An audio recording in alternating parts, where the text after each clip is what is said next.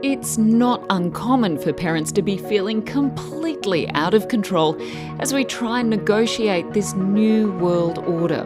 Now, with an undercurrent of unease rippling through society, our children are looking to us for reassurance in these challenging times. If you're struggling to maintain a sense of predictability and control in your household, this episode is for you. This time, parenting expert Professor Matt Sanders talks about accepting what you can't change and controlling what you can. We're all feeling like there's a lot going on right now that is completely out of control. I don't think I've ever felt so helpless. Things seem to be changing all the time, and none of this is under our control. It's just caused so much impact on the economy that you just really do worry about your job. My kids are struggling with all the changing information they're getting about the coronavirus. It often leaves them confused and frightened.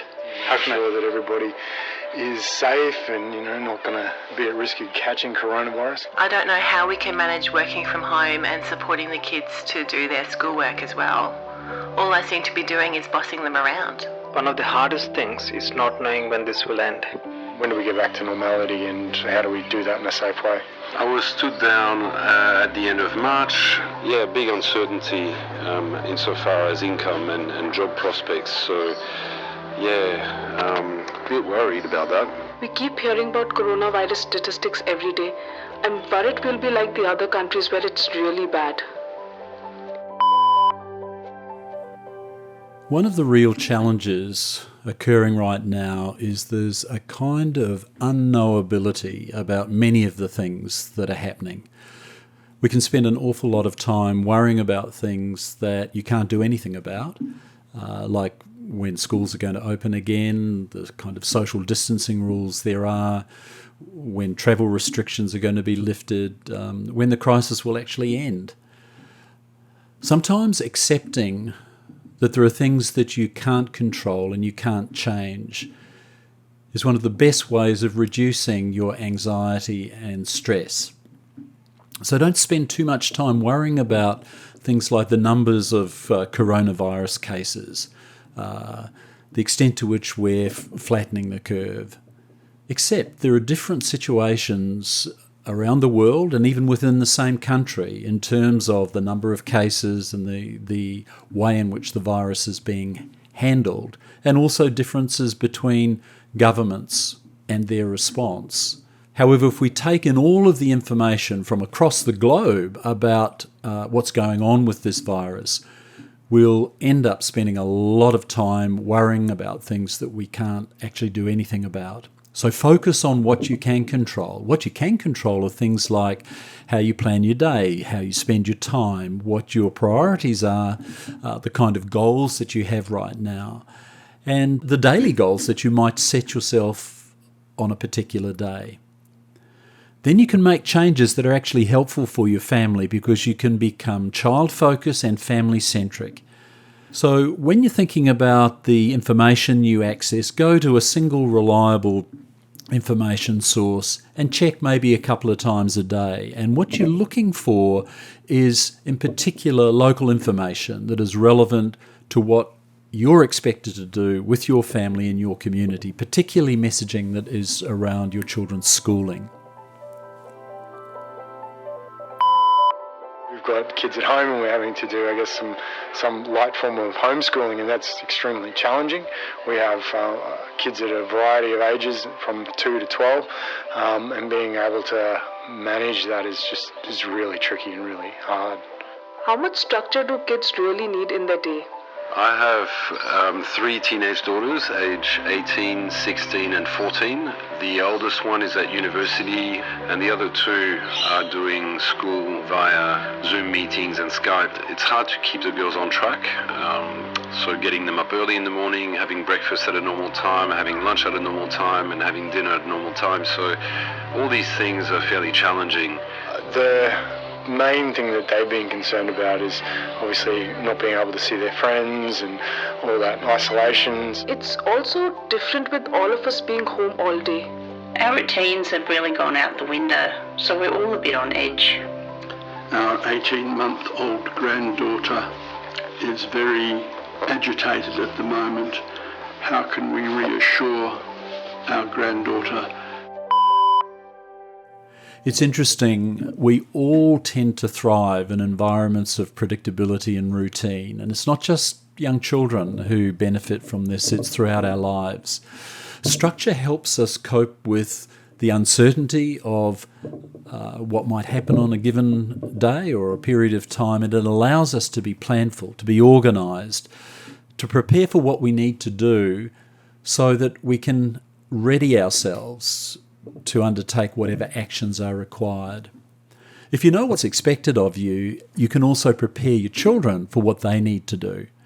So, for example, if you know you're having a family get-together with other families through a video conference call, and it's around meal times, and each of the families are expected to be involved, then a little discussion with your own kids about the rules of social etiquette that are going to be observed during this discussion time, so you can actually hear what other people are saying.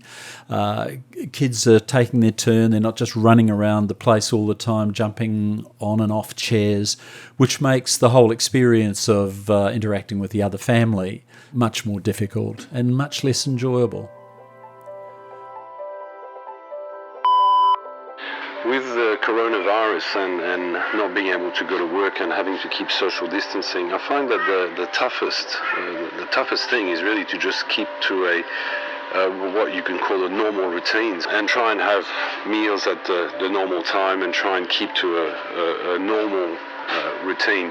It's been a challenge, but so far we're managing, so the trick is to stay on track. Our family doesn't have TV on during the day, usually. Is it okay to change that rule for a bit? My kids have started coming into my room at night to sleep in my bed again. Now, should I let them, or is it bad for them to get out of their routine? They're spending a lot of time on screens, which we usually try and control or just restrict a little bit. So we've had to reduce some of those restrictions and let them have some more time. I think one of the main things I would focus on is how to maintain your usual routines as much as possible. If you think about the certainty of when you have meals, when you get up, when you go to bed, the kinds of daily routines, the more that we can stick to that and get us back doing as much of the predictable that kids are used to, the better. However, if we need to change routines for whatever reason, it's a good idea to discuss it with your children in advance and let them share their viewpoint on whether the routine is something that they feel okay about. Sometimes you're still having to make the call that this is the way we need to do it because you're the adult in the situation. And having things like a daily timetable or schedule that you can discuss with your kids at the beginning of the day so they know what's ahead of them. If they're doing homeschooling, they know what kind of activities they're going to be doing when breaks are occurring, when fun parts of the day will occur. A kind of a routine, a schedule helps everyone know what it is that they're expected to do, but it needs to be flexible enough to just cope with the fact that sometimes the best laid plans become a little unstuck.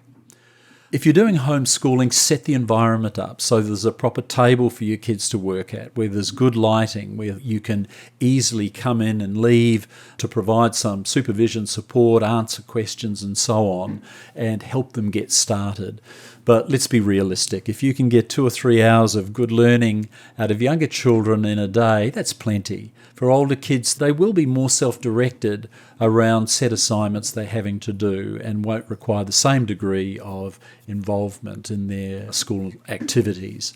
Concentrated bursts of activity followed by breaks and fun is a good formula. When you've done this, then we'll do that. It's a kind of like providing a little bit of a reward and a break for having had sustained concentration and effort for a brief period of time. At the end of the day, it's a great idea to build in some quality family time for connectedness between family members. We're all in the same household together. It's important that if there's tension in the house, that you do things that relieve it. Fun activities like watching or making movies, getting into playing new games, puzzles, charades, drawing competitions, dancing and singing with your kids. You can get a great sense of personal control in a world that is more planned, where family members have individual projects that they're working on. It's good for children to see their parents doing constructive things that perhaps they've wanted to do for ages, but now with a little bit more time at home, they're able to do that painting job, fix that thing in the backyard that needs repair, not just watching adults involved in binge TV watching. That's all we have time for today on Parenting in a Pandemic. Here are your tips for the week. Tip number 1, we feel better when we feel like we're in control of our lives. But during this coronavirus crisis, we have to accept there are some things that are out of our control. Accepting this can reduce our anxiety and stress. Tip number 2, at the same time, we know that children do best when there is predictability and routine in their lives. So find out the local guidelines in your area and school. Tip number 3, maintain everyday family routines in a way that works best for you and your children. You may need some slight changes to the norm for now, and that's okay. What you do and how you do it is up to you. Thanks for listening to Parenting in a Pandemic. Make sure you like and subscribe wherever you get your podcasts. You can find a link to free COVID-19 Parenting in a Pandemic resources in the episode show notes to help you on this journey.